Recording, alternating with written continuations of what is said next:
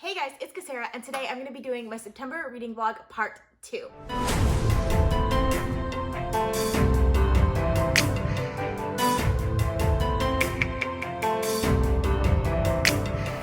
So it is Sunday, September 6th, and I really hadn't planned on vlogging this week, but it turns out vlogging is one of the parts of booktube that I really love doing, so I'm gonna do it anyway, even though this was supposed to be like my off-week vlogging. But I really like vlogging, and it's easy for me. It fits into my work-life balance really well, and I have a feeling, just an teensy feeling, that this week is going to be a good one, because last week was okay. The end of last week going into the beginning of this week has been fantastic so far. So if you missed that last reading vlog, I will link it up in the cards for you guys. And as always, I am going to start off this week with the books that I'm currently reading. Like I mentioned last week, I'm currently rereading Before They Are Hanged by Joe Abercrombie. I am nearly done with this one.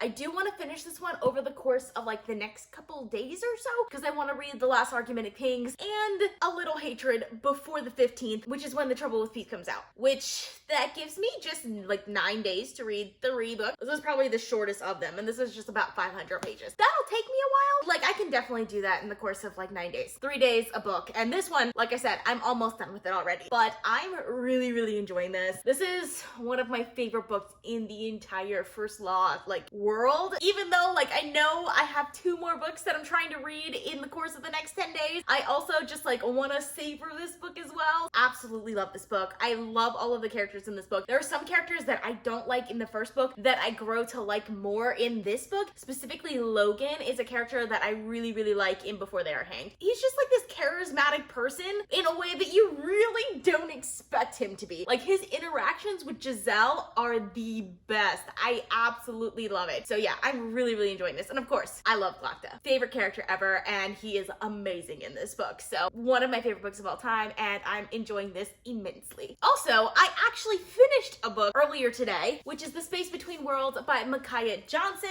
So this is a parallel world sci-fi. If you guys don't know this about me, I absolutely love anything multiple worlds. Whether it's parallel worlds or like different worlds, it doesn't really matter. I love everything multiple worlds, particularly parallel worlds, because it is like based in real science in the multiverse theory, which is just one of the most fascinating things to me. So of course, when I saw this book on Book of the Month, I was just like, oh my gosh, I need this book right away. And I did really enjoy this book. I will say I enjoyed kind of like the character parts and the social, cultural parts of this book a lot more than the actual like scientific parts. But I did think it brought a different sort of aspect to a book like this, and I really liked that aspect of it as well. And I ended up giving it 3.75 stars. Since I finished that book, I needed to start a new book, and I thought it was time to start Waking Gods by Sylvain Neuval. It's been a while since I read Sleeping Giants. It was like a couple months ago now, and I wanted to start Waking Gods right away. I only didn't because there is a gap between Sleeping Giants and Waking Gods, and when there's a time gap in a series, I like to take a little bit of a time gap in my life before moving on to the next one. But it's time to start Waking Gods. I started it like, I want to say like not even an hour ago, and I'm already loving it. I forgot how interesting the audiobook for this is, because it's full cast and it's done in like document style, so there's no like narrator. I absolutely love that because it feels like I'm watching a movie. But usually I don't love full cast narration because I feel like it takes away from like the narrative style of books. But since there is no narrator in Waking Gods, because of the format, the full cast narration is just absolutely perfect for this, and I'm loving it so much. I'm so excited to see where this goes. I'm already like super drawn into this book. I'm pretty sure if it was like Thursday or Friday on a day that I didn't have to work, then I would just be so absorbed in this book. Of course, it's not a Thursday or Friday, so I do have to work, but I'm still probably gonna finish this really early on in the week. So it is Tuesday, September 8th, and I really regret not vlogging yesterday. I was so in my head about it, and I was just like,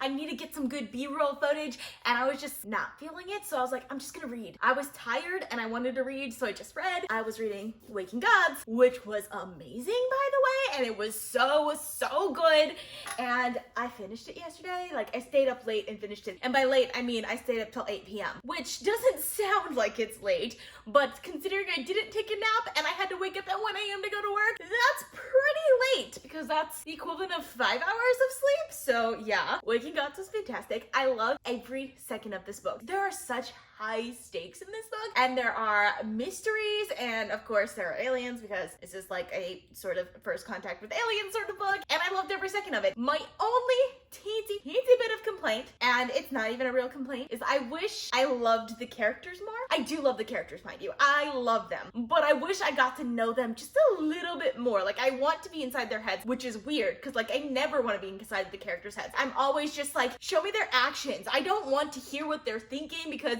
words are cheap. I want to see their actions. That's how I'm always with characters. But this book, you don't get in any character's head. Like, there's zero head hopping, nothing like that, because of the format, because it's told in files. So you only see what people write down or what people record on either video or audio. And you really can't get to know the characters as well as I want to that way, but I still did really love some of these characters, and some of the things that happened in this book blows my mind. And of course, the ending. Like, the ending of this book made me feel the exact same way that the ending of Sleeping Giants did, which made me just want to continue on with Only Human. And I did the same thing that I did with Waking Gods, in the sense that I picked up the audiobook for Only Human right afterwards and listened to like the first 5 to 10 minutes, realized there was a huge time skip between the books, and was just like, nope, I'm gonna wait a little while before picking up that book, because there was I think it was a 4-year time skip between Sleeping Giants and Waking Gods. Well, there's like a 10-year time skip between Waking Gods and Only Human, or something like that. I don't know if it's exactly a 10-year.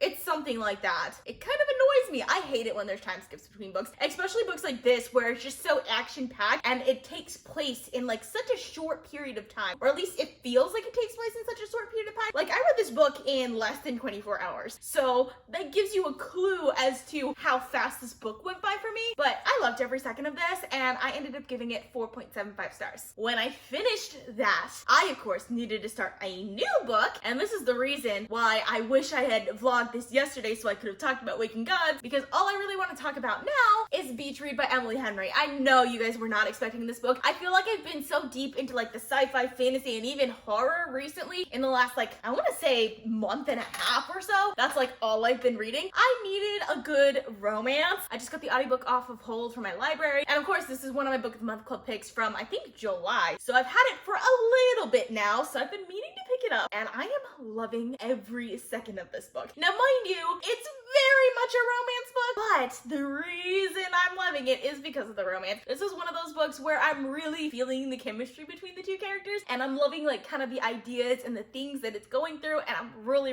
excited for this.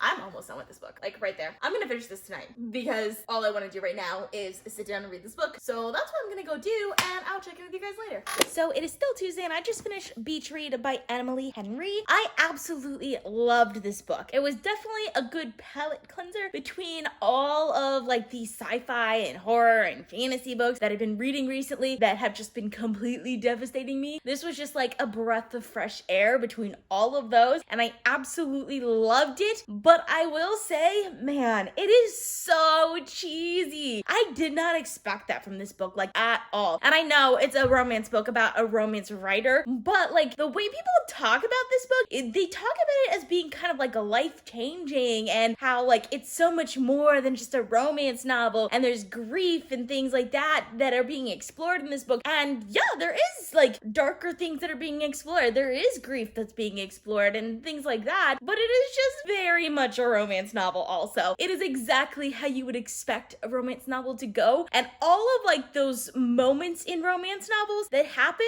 are in there, and they're so cheesy. They're like the cheesiest possible moments that could happen. It really worked for this book, and I really liked it. It's probably my second favorite romance novel that I've read all year, only seconded by Red, White, and Royal Blue, because that was amazing, and I still think about that book all the time. But I absolutely loved Beach Read, and I ended up giving it 4.5 stars. My Book of the Month Club box just came in, and I have to share it with you guys because I got both of these, guys. I am so excited for these. You have no idea. This was probably my favorite month yet. It could only be rivaled by the month that I got Recursion by Blake Crouch, but that was only one of my favorite authors' new releases in the box. This is two of them. I absolutely love both Ruth Ware and Frederick Bachman, and I cannot wait to read both of these books. Now, I've read everything by Frederick Bachman so far that he's written. I'm leaning a little bit more towards this one because I got a lot of books by Ruth Ware that I need to read that I haven't yet, and also yellow just seems to be my color this month. month because all of the books that I'm reading are yellow for some reason. Waking Gods was yellow, Beach Read was yellow. Last week, Parable of the Sower has a yellow spine, and I'm planning on reading The Dark Forest soon by Sixin Liu, which also has a yellow spine. Like, yellow just seems to be my color this month, partially because of that and the fact that I just haven't read a Frederick Bachman book in the longest while. I'm leaning towards Anxious People, but I'm a little bit more in the mood for a thriller, which makes me think I should probably pick up One by One. So I have no idea what I'm gonna do, or if I'm even gonna pick up either of these books, because it is my sci-fi month. I'm supposed to be reading sci-fi right now, and I literally just stopped reading sci-fi to read Beach Read. But both of these are two of my most anticipated books of the year, so I really want to get to them. And next week, my most anticipated book of the year is coming out, so I know if I wait till next week, I'm not gonna get to these. So that's my dilemma right now, though I think it's a pretty good one. I'm trying to decide if I can finish both of these before next week comes along, or if I should just read one of them and then wait till the end of the month to read the other one, or wait till October. I really don't want to wait till October for either of these. Mind you, neither of these were on my September TBR, so I'll be going completely off TBR if I pick up these instead of my sci-fi books that I meant to pick up. But it's only like the beginning of the second week of my sci-fi September, and I've already read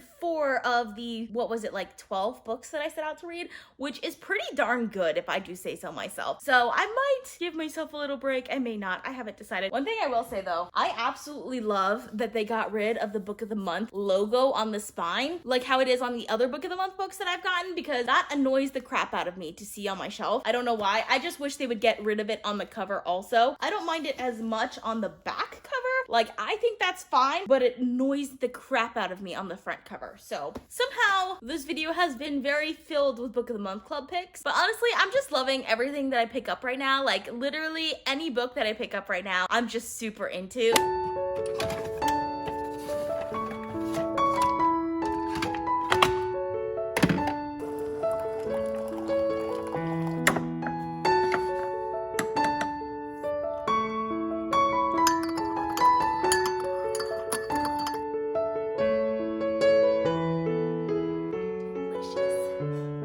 So it is a Wednesday, September 9th, and I actually did decide to pick up Anxious People by Frederick Bachman. I am loving it so much right now. So I feel like with Frederick Bachman, there's kind of like 2 types of his books. They're the ones that are similar to A Man Called Uwe, which follow like one main character who's kind of quirky, and then there are ones that are similar to Beartown, which is by far my favorite kind of Frederick Bachman book, which follows a specific event and all of the people involved in that event, and Anxious People definitely fits into that second category. I am absolutely loving it right now. So this is about a bank robbery turned hostage situation in an open house for an apartment, and it's fantastic so far. There are like 3 couples that we're following, as well as of course the bank robber, the police officers, and then there are like 2 other people in the apartment. One is like an 80 or 90-year-old woman, I don't remember which, and the other one is a white rich woman who probably wouldn't have wanted to buy that apartment because it's a bit of a fixer-upper, let's just be honest. It's about all of these characters, and the woman's therapist also makes an appearance.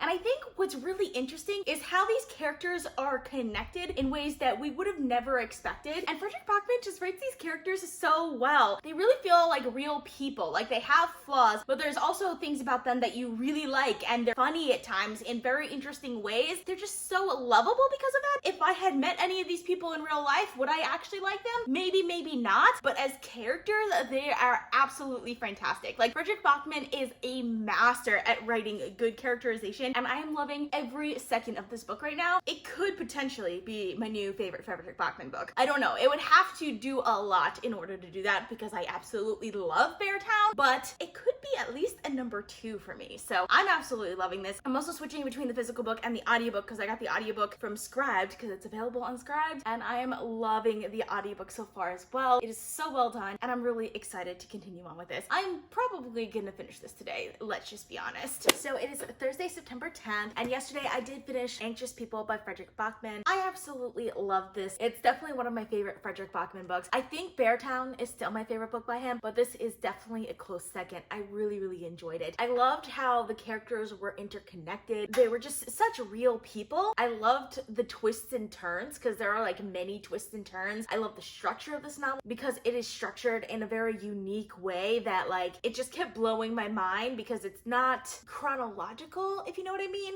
which it's a lot harder to do things non-chronologically and in a way that is still really interesting where you can still really understand like that timeline. It was never confusing even though it's told in this really complex sort of puzzle piece way. I just absolutely loved every second of this. Definitely trigger warnings for suicide though, in case you guys have issues with that. It's definitely good to know beforehand, but I love this so much and I ended up giving it 4.75 stars. Of course, when I finished that, I decided to start One by One by Ruth Ware because why not? This is fantastic, by the way. I am almost done with it. I'm like about there right now. I am loving this so much. This would be the perfect winter read. I kind of wish it was later into the year before I read this just because this is like the perfect like October, November sort of read because it's set on a mountain in the Swiss Alps and there is this blizzard and an avalanche and of course people start dying because this is a thriller. Why wouldn't that happen? And it's fantastic so far. I love the twists and turns. I love the characters because it's told from the perspective of two main characters, Liz and Aaron. Liz is part of this group that has come to this chateau on the mountain. I think it's like a corporate retreat, and then Aaron is one of the employees and everyone has like their little secrets and things and it's so